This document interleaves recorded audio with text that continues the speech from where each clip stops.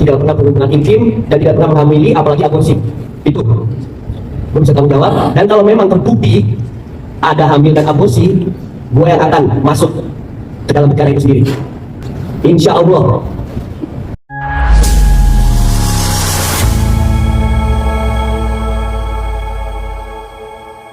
Perseteruan antara Nikita Mirzani dan anaknya Laura Mezani Mawardi masih hangat diperbincangkan banyak orang. Minggu lalu viral video di mana terjadi keributan di sebuah apartemen, di mana ada suara seorang perempuan yang berteriak histeris minta tolong. Ternyata itu adalah penjemputan paksa yang dilakukan oleh Nikita Mirzani kepada anaknya, Laura atau Loli. Nikita juga membawa beberapa orang untuk melakukan penjemputan paksa. Diketahui bahwa Nikita dan anaknya memang sudah berseteru lebih dari setahun sejak anaknya di UK. Di tahun 2024, Loli pun pulang ke Indonesia. Dia pun tinggal di sebuah apartemen di Bintaro.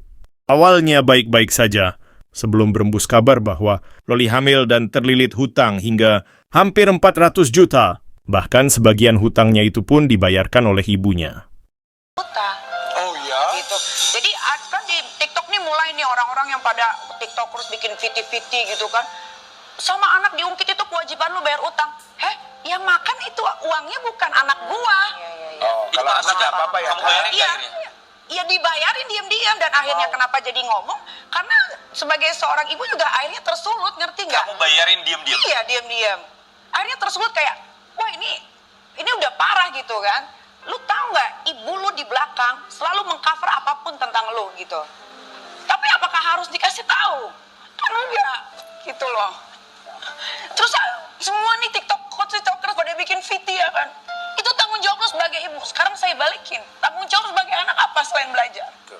Gitu. Jangan dikit-dikit ibu yang disalahin, tanggung jawab seorang ibu. Ibunya ini sendiri loh cari uang. Isu kehamilan Loli ini dibocorkan beberapa pihak. Mereka semua adalah rekan-rekan Nikita Mirzani. Mereka membocorkan semua kejadian tersebut melalui akun media sosial mereka masing-masing. Hal itu langsung menjadi perbincangan di banyak pihak dan menjadi trending topik di mana-mana.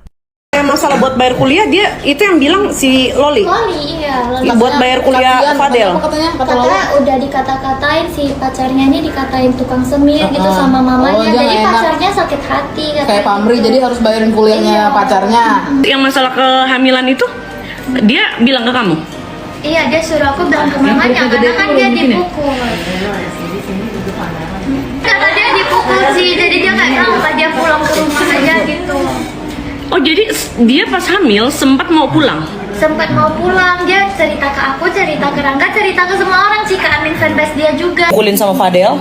Itu makanya aku bantu sampai ke Kak Arif kirim ke Kak Mael sama Tante Niki. Tapi kan Kak Mael udah sebel kan dikatain Loli babu, jadi di-share. Kandungan, kan kalau misalnya abis dikuret itu di bawah 6 bulan, misalnya dia baru kuret masih 2 bulan atau 3 bulan, itu masih kelihatan tuh. Dinding rahimnya masih basah, masih ada bekas kuretannya, masih kelihatan. Nanti kalau misalnya dia nggak ngaku kalau dia hamil atau dia pernah kuret, mau bikin story, mau lihat buktinya kan Loli besok ya, besok, bye bye. Ngasih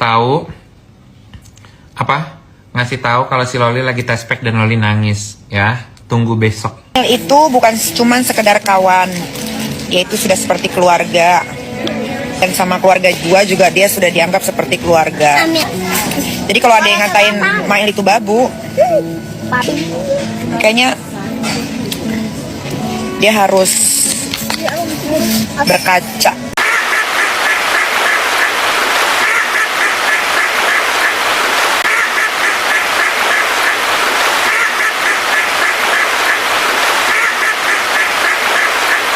Bilang untuk Fadel dan keluarganya, saya jamin kalian masuk penjara. Saya jamin.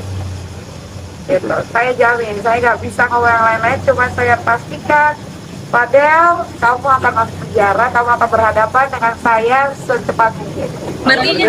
Begini pernyataan Fadel soal isu kehamilan Loli yang dia ungkapkan dalam konferensi pers minggu lalu.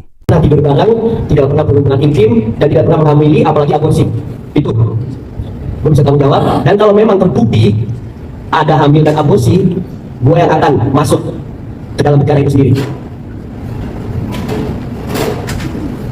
Insya Allah, walaupun gue dilihat kalian gue gak bener, memang di branding gue gak bener, memang gak apa-apa. Insya Allah gue bakal buktiin ke kalian kalau gue bakal tunjukin kebenaran ke kalian.